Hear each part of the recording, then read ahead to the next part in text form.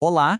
Sabe, existe uma tecnologia que é praticamente invisível, mas que move quase tudo que a gente faz na internet, desde uma compra rápida até aquela maratona de séries no fim de semana.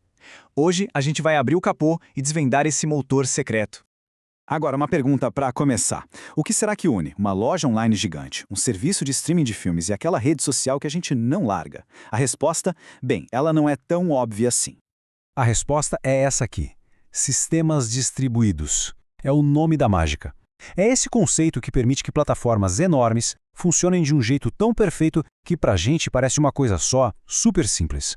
Ok, vamos mergulhar de cabeça nisso. Para a gente entender como eles funcionam, dá para pensar em três objetivos principais, quase como se fossem três superpoderes que esses sistemas têm para entregar a experiência que a gente conhece e adora. O primeiro superpoder é o compartilhamento de recursos. A ideia aqui é pura eficiência.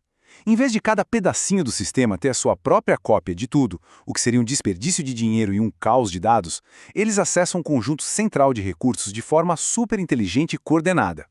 Um exemplo clássico disso?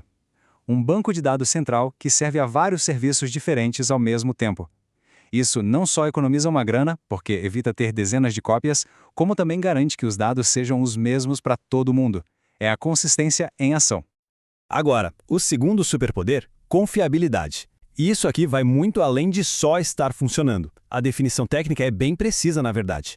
É a garantia de que o sistema vai fazer o que ele tem que fazer e fazer certo, do jeito que foi planejado, sempre. Tá, mas como é que se alcança essa confiabilidade toda na prática? A palavra-chave é redundância. Pensa que o sistema tem cópias de segurança para tudo. Se um componente dá problema, pronto, um outro idêntico assume na mesma hora.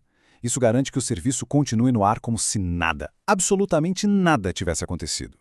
E aqui tem um ponto super importante. Não dá para confundir confiabilidade com segurança.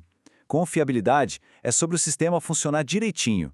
Segurança é sobre proteger o sistema de ataques e ameaças. Um sistema pode ser extremamente confiável, mas ainda assim precisar de várias camadas de segurança por cima. E o terceiro superpoder, desempenho. Pensa nisso como um time trabalhando junto, em vez de uma pessoa só. Ao dividir tarefas gigantes entre vários computadores, um sistema distribuído consegue processar um volume absurdo de informações e responder muito, mas muito mais rápido que um computador sozinho jamais conseguiria, por mais potente que ele fosse. Mas, claro, nem tudo são flores. Construir esses sistemas envolve uma escolha bem difícil, na verdade. Um dilema conhecido no mundo da tecnologia como o Teorema CAP. Esse teorema diz uma coisa bem simples, mas poderosa. De 3 garantias essenciais para um sistema, só dá para ter 2 ao mesmo tempo de forma perfeita. É uma troca, uma decisão de engenharia que define completamente como o sistema vai se comportar. E que garantias são essas? Primeiro, a consistência, que garante que todo mundo veja sempre a versão mais recente dos dados. Segundo, a disponibilidade, que significa que o sistema está sempre lá, pronto para responder. E terceiro, a tolerância a partições, que é a habilidade de continuar funcionando mesmo se a comunicação entre as partes do sistema falhar. E aqui que a gente vê a troca na prática. Pensa no sistema de banco, por exemplo. Ele precisa de consistência e tolerância a falhas acima de tudo, certo?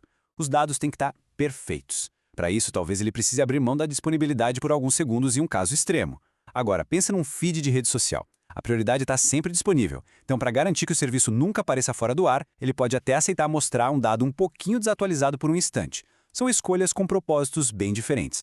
Ok, com essa complexidade toda de redundância, trocas, compartilhamento, como é que pra gente tudo parece funcionar de um jeito tão simples, quase mágico?